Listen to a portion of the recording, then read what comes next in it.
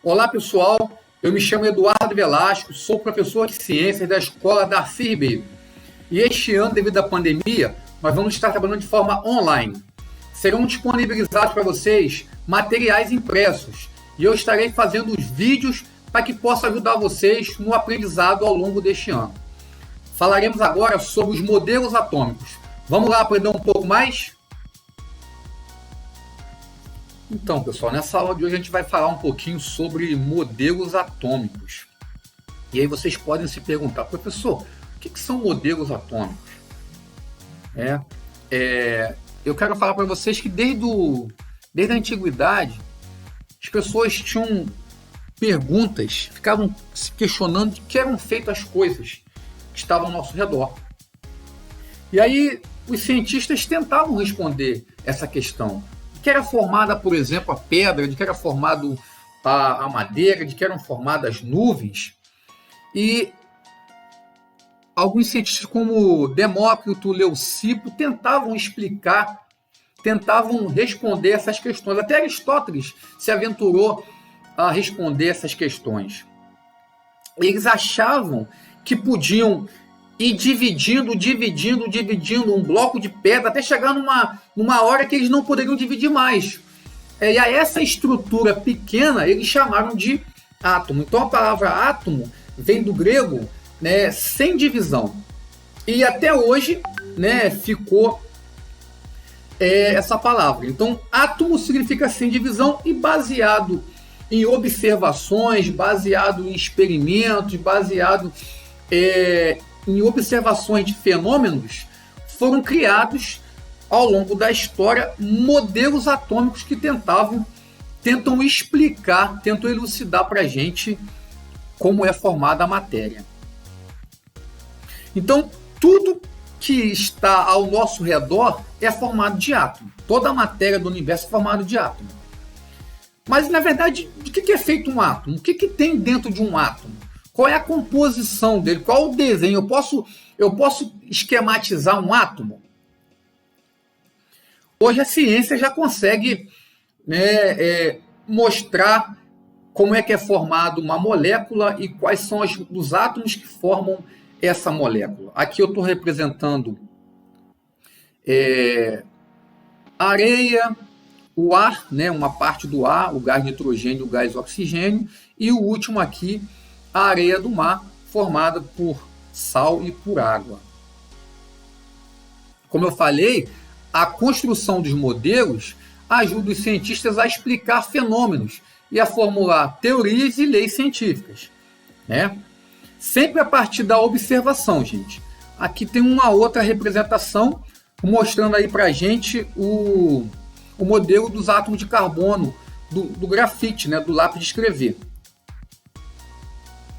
Conhecimento sobre o átomo é resultado de observação de experimentos realizados ao longo do tempo. Então, como eu falei, desde antes de Cristo, já se tinha dúvida e ao longo desses anos foram acumulando conhecimentos até chegar no modelo que nós conhecemos hoje, no modelo que nós vamos estudar daqui a pouco.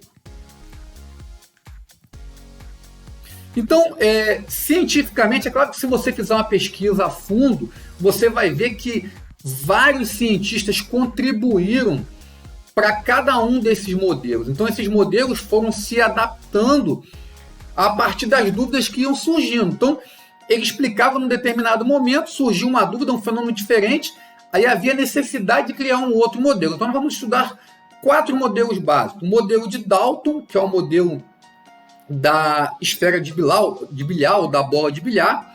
O segundo modelo, o modelo de Thomson, que é o modelo pudim de passas. O terceiro modelo, que é o modelo planetário de átomos, ou modelo de Rutherford. E o último modelo, o modelo de Bohr, que na verdade é conhecido como adaptação do modelo de Rutherford. E até é utilizado o modelo de Rutherford-Bohr. Vamos ver um por um. O primeiro é o modelo de Dalton,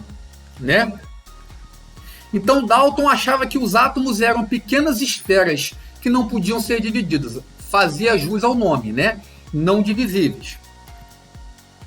E que toda a matéria era formada pela associação de átomos e nem todos os átomos são iguais. Beleza. E depois que os átomos de um elemento químico são iguais, de um mesmo elemento químico são iguais. Ele está aqui representando o átomo do césio e o átomo do hélio. Queria só dizer para vocês que, segundo Dalton, o átomo era indivisível, indestrutível e era uma esfera maciça. Aí o desenho do nosso cientista Dalton. Então esse modelo ele ficou lá valendo, todo mundo aceitava esse modelo. Até que um cara chamado Crookes começou a fazer experimentos sobre a eletricidade, né? E aí, o que houve? Esse modelo de Dalton teve que ser reformulado, porque a partir da eletricidade descobriu-se que o átomo não era mais indivisível, que tinha partículas menores. E aí um cara chamado Thomson, né, em 1897, propôs um outro modelo. Por quê? Porque ele fez um experimento, né? Ele fez um experimento que, a partir desse experimento, ele percebeu que no átomo tinha uma região, uma parte do átomo tinha carga negativa. E foi a partir daí que surgiu esse modelo chamado modelo pudim de passas. Nesse modelo pudim de passas, ele ainda continuava sendo uma esfera, mas tinham estruturazinhas que ele chamou de elétrons, que eram partículas negativas. Até ele achava que essas partículas negativas estavam mergulhado na esfera toda que possuía carga positiva, mas nesse momento ele ainda não sabia que essa região positiva eram também partículas que posteriormente, né, lá em 1919, Goldstein e Rutherford descobriram essas partículas que foram chamadas então de partículas positivas dos prótons. Tá certo? Então o modelo de Thomson substitui o modelo de Dalton, porque o modelo de Thomson ele acredita que no átomo tinham partículas menores, subatômicas, partículas essas chamadas de elétrons, e aí está o modelo de pudim de passas. Essas partículas, os elétrons, estavam mergulhados numa grande esfera positiva.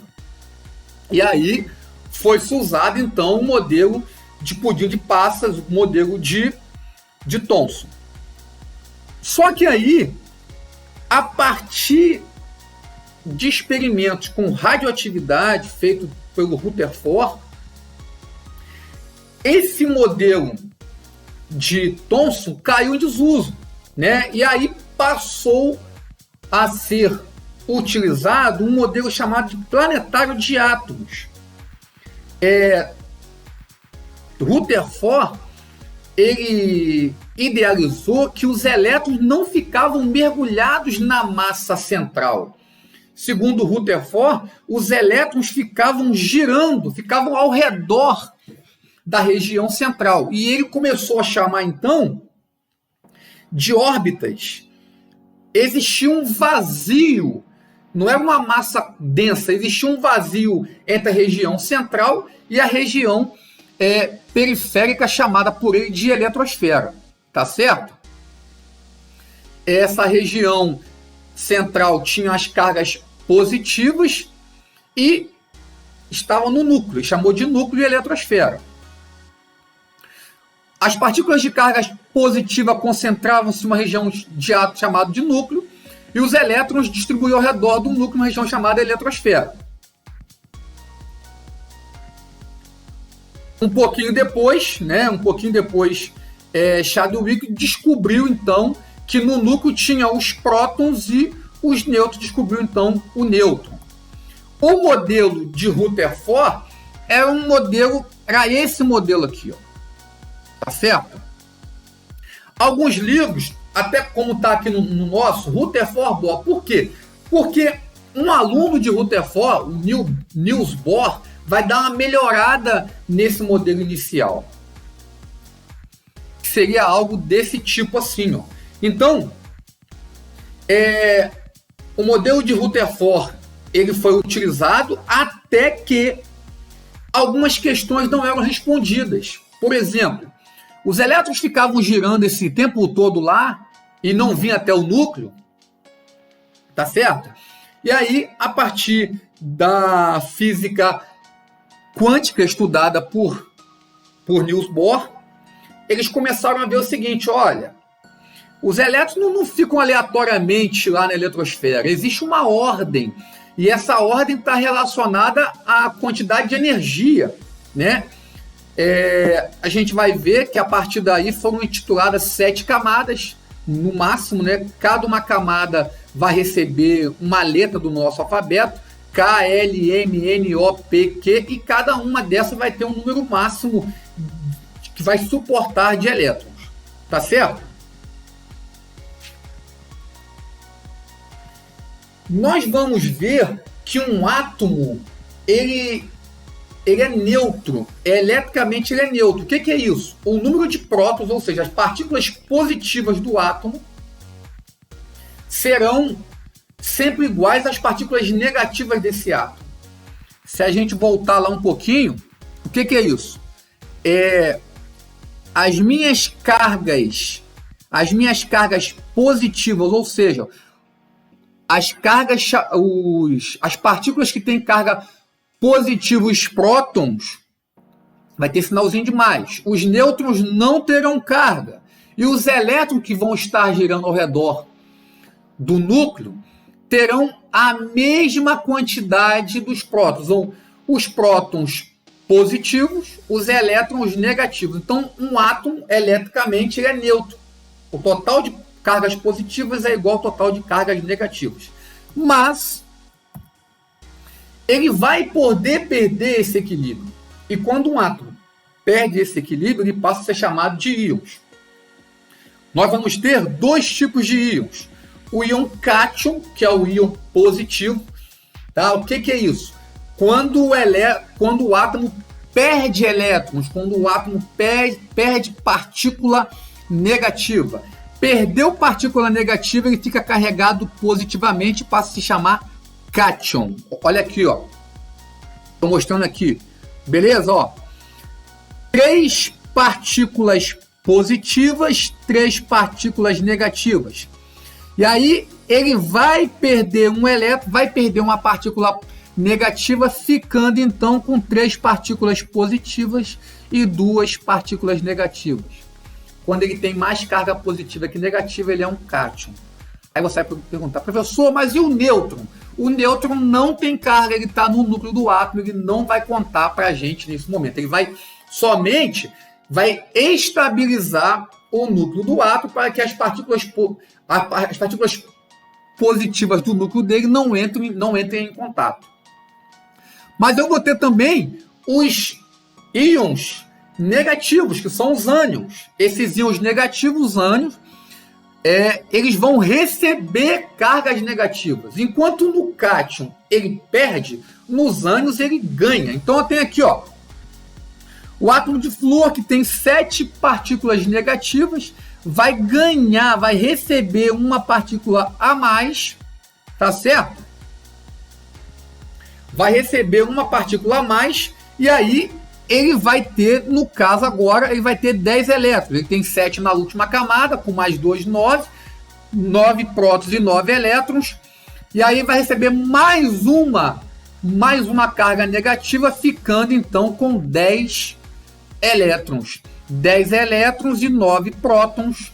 Ele vai ficar então um íon carregado negativamente. Professor, você falou 7 aí, porque na verdade 7 são na última camada, na segunda camada, com mais 2, 9. Aí vai ganhar mais 10.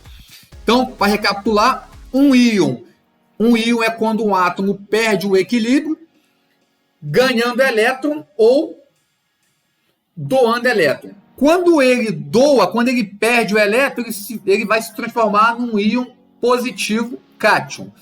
Quando ele recebe elétron, ele vai se transformar num íon negativo, ânion.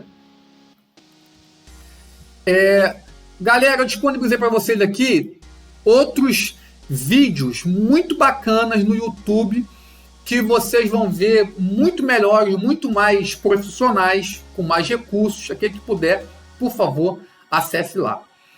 Valeu, galera. Um abraço. Até a próxima!